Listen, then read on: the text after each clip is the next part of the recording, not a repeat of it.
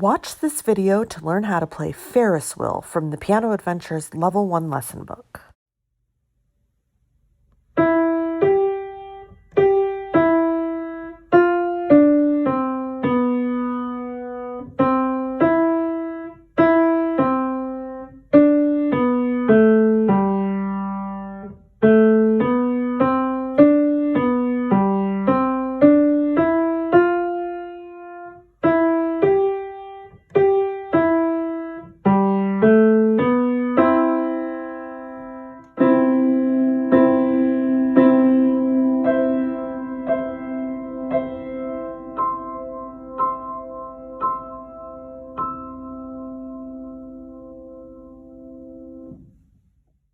Today we're learning how to play Ferris Wheel. Go ahead and open your book to these pages and we will begin to investigate the music.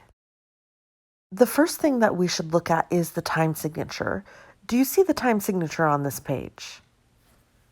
This song is in 3/4 time. Let's go ahead and circle that time signature. 3/4 time tells us that there will be 3 beats in every measure of music for the song. And if you'll remember from before, past songs that we've played in the 3/4 time signature, 3/4 time songs often sound like they are dancing. Next, let's take a look at the tempo marking, which is just above the music. The tempo marking says gracefully, so we should keep that in mind as we're playing and try to play this piece gracefully. Now let's start to look at the notes. What is the first note in the right hand? It is E.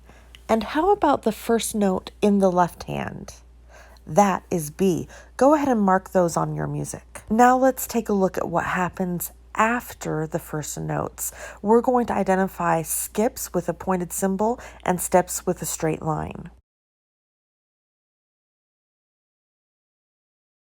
Let's stop here to take a look at those first 2 lines more closely. If you look at them, you'll notice that they follow the same pattern of skips and steps. They just have different starting points. So the first line starts on E, but the second line starts on C. Moving forward in line 3, we see that its pattern is completely unique. But the 4th line has some similarities to the first 2 lines that we looked at.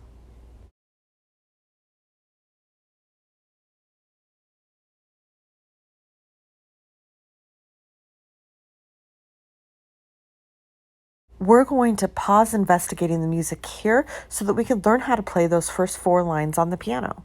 We're going to start by learning the first 2 lines. Let's get our hands in position on the piano. Right hand thumb on middle C, left hand thumb on B. Looking at the first 2 lines, we know that the pattern is the same in both of them. They just start in different places. So that first note for line 1 is E, and then we skip up. And those 2 notes are legato, so they need to be attached. And then we skip back down, also legato. Try just that. 1, 2, 3, ready, set, go. Ta, ta, ta, ta. Great. Then we step up 1 step to F, skip down, and step down again. Play just that with me, starting with the F. 1, 2, 3, ready, set, go. F, skip, step, step. Great. Let's play that whole first line. 1, 2, 3, ready, set, go. Ta, ta, ta, ta. Step up, skip, step, step. Ta, ah, good. Now on the next line, we play the same patterns of skips and steps, the same rhythm. We're just going to start on C instead of E. So it looks like this. Remember to keep in legato here when we move from hand to hand. Let's try that line together, starting in measure 5 with C. 1, 2, 3, ready, set, go. Ta, ta, ta, ta. Step up, skip, step, step, ta, ah. Great, we're going to play all of those first two lines now. We're paying careful attention to the legato and making sure that we're connecting all of the notes, especially as we move from the right hand to the left hand. 1, 2, 3, measure 1, go, E. Skip up, back down. Now step up, skip, step, legato. Great, start on C. Skip back down, step up, skip, step, step. Let's take a look at the third line now. In this line of music, it's really important to look both at whether you're moving by skip or step and at the direction that you are moving in. This begins with your second finger for your left hand on A. We're going to step up 3 times. And now we're going to skip back down, so 2 skips down. And then we're going to go to middle C and step up until we get to F. Let's try this line together slowly, beginning with second finger on A. 1, 2, 3, ready, set, go, A. Step up 3 times, 2, 3, skip down twice, skip, skip, middle C, step up to F.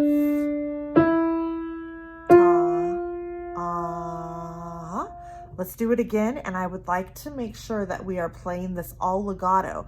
Even when we're moving from the left hand to the right hand and back, those notes need to be connected. Beginning with second finger on A, focusing on that legato. 1, 2, 3, ready, set, go. Step up 3 times, 1 more, skip down twice, still connecting middle C, all the way up to F. Ta, ah. Great. We're going to play it one more time and make it a little bit faster. 1, 2, 3, ready, set, go. A. Skip, skip. Middle C. And stop. Great. The fourth line is almost like the first line. We start on the E, we skip up, we skip back down. Here's where it's different. You're going to go to your third finger in your other hand. So 1, 3 to the next 3. G, and then we step up until you get to your thumb and play 1 and 3 together. Try this line with me, beginning in measure 13 with your third finger on E. Ready, set, go.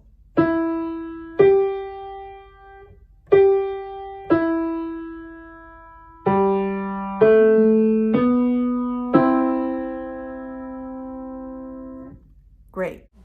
Before we learn how to play the last line, we're going to turn our attention back to the page of music and to the information that's at the top of the page about the damper pedal. The damper pedal is the pedal all the way on the right underneath the piano. When you push down the damper pedal on the piano, it lifts up the dampers inside the piano that are sitting on top of the strings. And what that allows them to do is to continue to ring even after you are done pushing the key. So it makes all of the sounds of the keys kind of sticky until you let that damper pedal go again. Underneath the line that I underlined in green, there is an example of a pedal marking. When you see this in the music, it means that you are supposed to push the pedal down. You push it down when the line goes down in the front, and you leave it down until you see it go up at the end. Do you see the pedal mark underneath the last line of music in the song? Go ahead and highlight it or color it in to help it stand out for you as you play. Back in the box at the top of the music, it tells us that we should use our right foot to hold down the damper pedal when we play. Now, the last line of music is a little bit tricky because of the rhythm. If you'll notice, it goes 1, 2, 3, 1, 2, 3, 1, 2, 3, 1, 2, 3, without pausing, yet it looks like the notes are moving up the piano, which they are. So the challenge is to move up an octave on the piano without dropping a beat. And to do that, we are allowed to slow down a little bit because that is notated in the music. Let's take a look at how this works on the piano. The last line is a little bit more difficult because we have no pauses as we're moving up from this E and C to this one to this one. There are no rest beats and no half notes. Everything is a ta. So we need to make these jumps relatively quickly, but you will notice that the music says that we can slow down. Here's what it looks like. And I'm going to push the pedal down while I do this. So it's ta, ta, ta, ta, ta, ta, ta, ta, ta, ta,